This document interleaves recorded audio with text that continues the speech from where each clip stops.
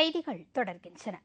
பிரேசிலில் 10 வயது மாணவன் ஒருவன் வகுப்பறையில் பாடம் நடத்தி கொண்டிருந்த ஆசிரியரை துப்பாக்கியால் சுட்டுவிட்டு தானும் தற்கொலை செய்து கொண்ட சம்பவம் அங்கு பெரும் அதிர்ச்சியை ஏற்படுத்தியுள்ளது. பிரேசிலில் உள்ள அல்சினா டாண்டஸ் என்னும் பள்ளியில் டேவிட் மோடா என்ற 10 வயது மாணவன் பயின்று வந்தான். இந்நிலையில் வழக்கம் போல் நேற்று பள்ளிக்கு சென்ற மாணவன் தான் வைத்திருந்த கை துப்பாக்கியால் பாடம் நடத்தி கொண்டிருந்த ஆசிரியரை திடீரென்று சுட்டான். அதைத் தொடர்ந்து அந்த ஆசிரியர் அங்கிருந்து தப்பி ஓடி அருகில் இருந்த மற்றொரு வகுப்பறைக்குள் நுழைந்து கொண்டார். இந்த சிறிது நேர இடைவெளிக்குள் டேவிட் என்ற அந்த மாணவன் தன்னைத்தானே துப்பாக்கியால் சுட்டு தற்கொலை செய்து கொண்டான். இந்த சம்பவத்தை நேரில் பார்த்த அந்த வகுப்பு மாணவர்கள் அதிர்ச்சியில் புரைந்தனர். அதிர்ஷ்டவசமாக ஆசிரியர் காயங்களுடன் உயிர் தப்பினார். இந்த சம்பவம் குறித்து பிரேசில் நாட்டு போலீசார் தீவிர விசாரணை நடத்தி வருகின்றனர்.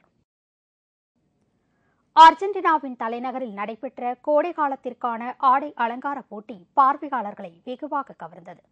அர்ஜென்டினாவின் பியூனஸ் ஏர்ஸ் நகரில் அந்நாட்டு ஆடை வடிவமைப்பாளர்கள் பெனிட்டோ பெர்னாண்டஸ் மற்றும் சீசர் சூரிஸ் ஆகியோர் வடிவமைத்த கோடைக்கால ஆடைகளுக்கான அலங்கார போட்டி நடைபெற்றது.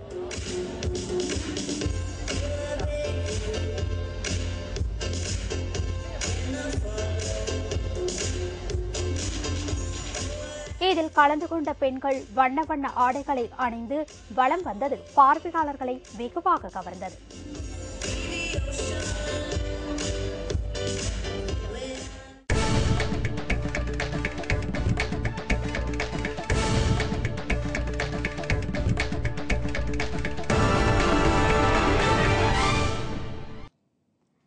சாம்பியன் லீக் T20 கிரிக்கெட் போட்டியில் நேற்று நடைபெற்ற பரபரப்பான முதல் ஆட்டத்தில் ராயல் சேலஞ்சர்ஸ் அணியை 3 விக்கெட் வித்தியாசத்தில் வீழ்த்தி முதல் வெற்றியை வாரியர்ஸ் அணி பதிவு செய்தது. சாம்பியன் லீக் T20 கிரிக்கெட் தொடரின் முதல் ஆட்டம் பெங்களூருவில் நேற்று தொடங்கியது. இப்போட்டியில் ராயல் சேலஞ்சர்ஸ் அணியும் வாரியர்ஸ் அணியும் மோதின. டாஸ் வென்ற வாரியர்ஸ் அணி முதலில் ஃபீல்டிங்கை தேர்வு செய்தது. அதைத் தொடர்ந்து களமிறங்கிய ராயல் சேலஞ்சர்ஸ் அணி நிர்ணயிக்கப்பட்ட 20 ஓவர்களில் 8 விக்கெட் இழப்பிற்கு 172 ரன்கள் எடுத்தது. 173 ரன்கள் எடுத்தால் வெற்றி என்ற இலக்குடன் களமிறங்கிய வாரியர்ஸ் அணி 7 விக்கெட்டுகளை இழந்த நிலையில் இறுதி ஓவரில் த்ரில்லான வெற்றியை அடைந்தது. 3 விக்கெட் வித்தியாசத்தில் வெற்றி பெற்ற தென்னாப்பிரிக்காவின் வாரியர்ஸ் அணி சாம்பியன் லீக் தொடரில் முதல் வெற்றியை பதிவு செய்துள்ளது.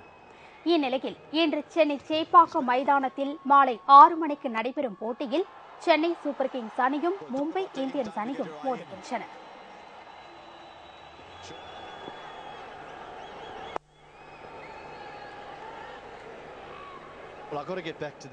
இத்துடன் செய்திகள் நிறைவடைகின்றன. மீண்டும் தலைப்புச் செய்திகள் மாலை 6 மணிக்கு. உங்கள் பிரச்சனைகளுக்கு உடனடி தீர்வு காண 30134600 என்ற கேப்டன் டிவியின் தொலைபேசி எண்ணை தொடர்பு கொள்ளுங்கள். வணக்கம்.